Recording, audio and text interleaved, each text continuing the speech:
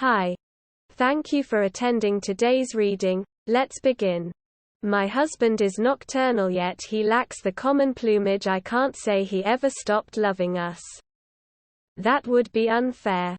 All I can say is that one day he became a little distant. But not in the usual way. Not like the way people become distant when they cheat on each other. More like the way a cat is distant from a person or space is distant from the earth. Like it's a question of nature. A deep question. Already from the first signs, I had the impression there was a fundamental misalignment of not who but what we were.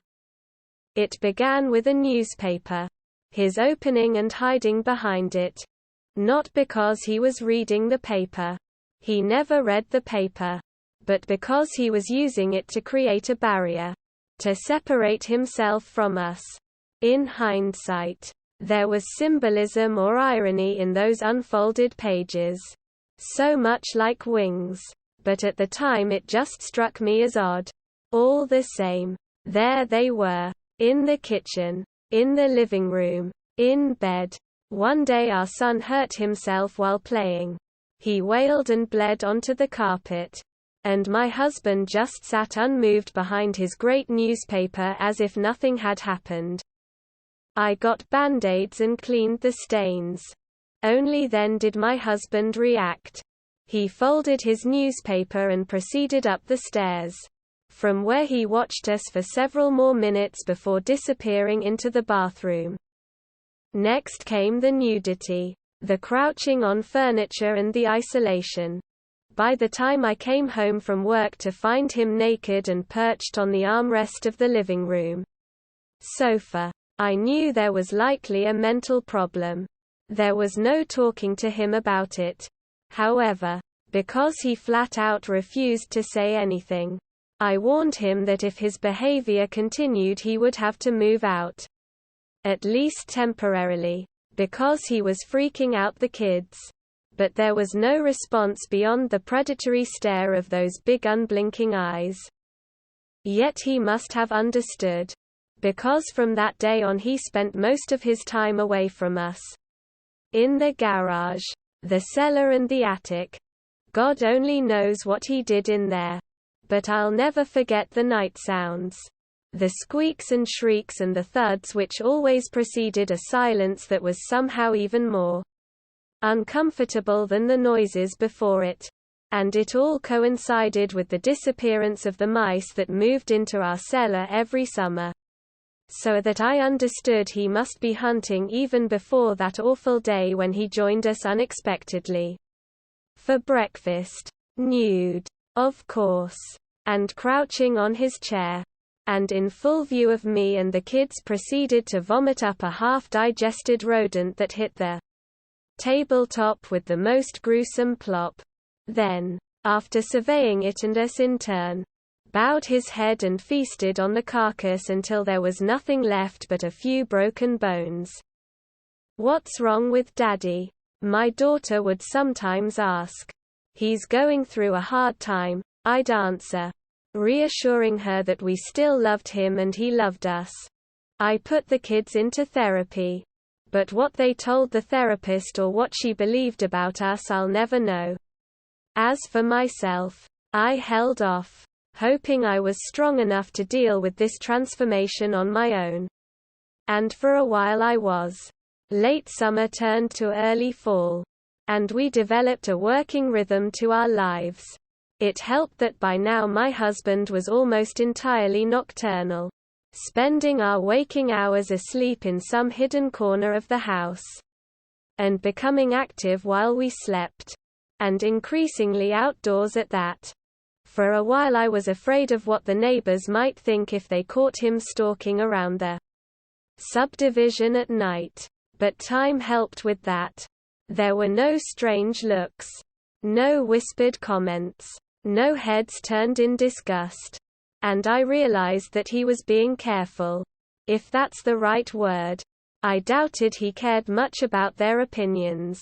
Or how those opinions would reflect on us. I admit I dreaded being known as the wife of that freak. But he was a predator now. and a good predator had to be invisible. Until he swept in for the kill. Mice, rats, rabbits, perhaps other birds. I followed him once, out into the darkness, down our street and quietly into the forest that grew along the edge of the subdivision. He truly seemed at home there. He moved with a grace I'd never seen before, and climbed trees better than any man I'd known.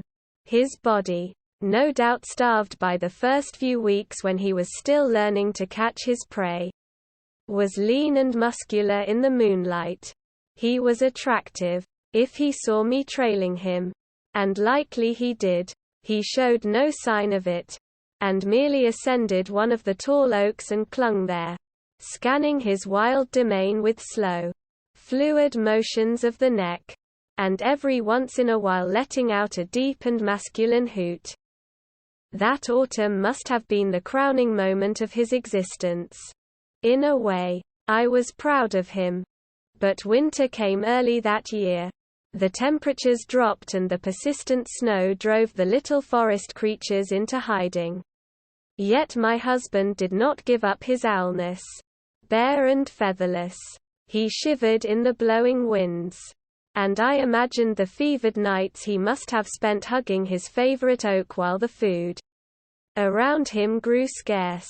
I saw him infrequently in those days.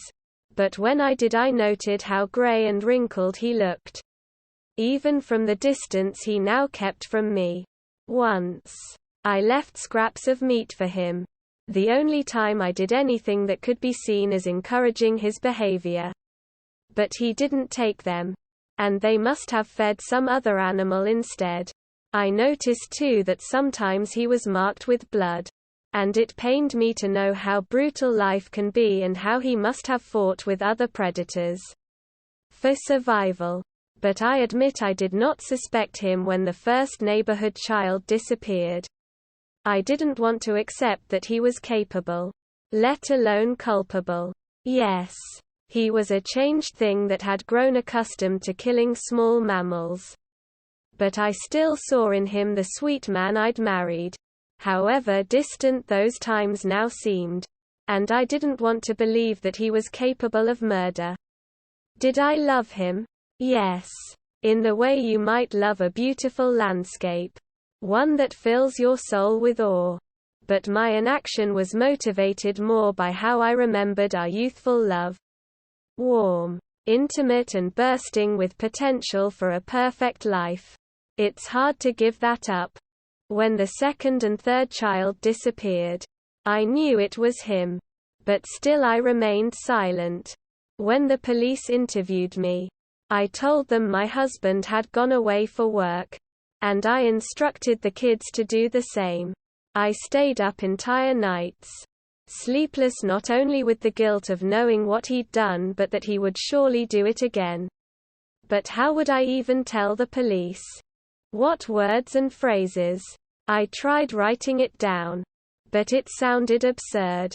My husband is an owl. I daydreamed about telling the grieving parents about what had happened, hoping to at least give them closure. But my imaginary explanations became apologies. Then excuses. Nature was cruel, merciless, and every creature had the right to do all within its power to survive. And in my head I concocted elaborate arguments in which I would yell myself back to consciousness. With the cold logic of why should my husband die and your kids live? If they were weak and he was strong, why didn't he deserve to live at their expense? Perhaps what happened was justice. It was 3 days before Christmas. The decorations were up. Our favorite carols were playing softly in the background. And the kids and I had done our best to forget, if only for a few days, the surreality of the past months. I put him to bed around 10. And turned on It's a Wonderful Life in the living room. I must have dozed off on the sofa because I awoke to crunching. Within seconds I was alert. And heading up the stairs. My heart raced. Coldness rushed down the upstairs hallway. and immediately I noticed that my son's bedroom door was open. I ran to it. I looked inside.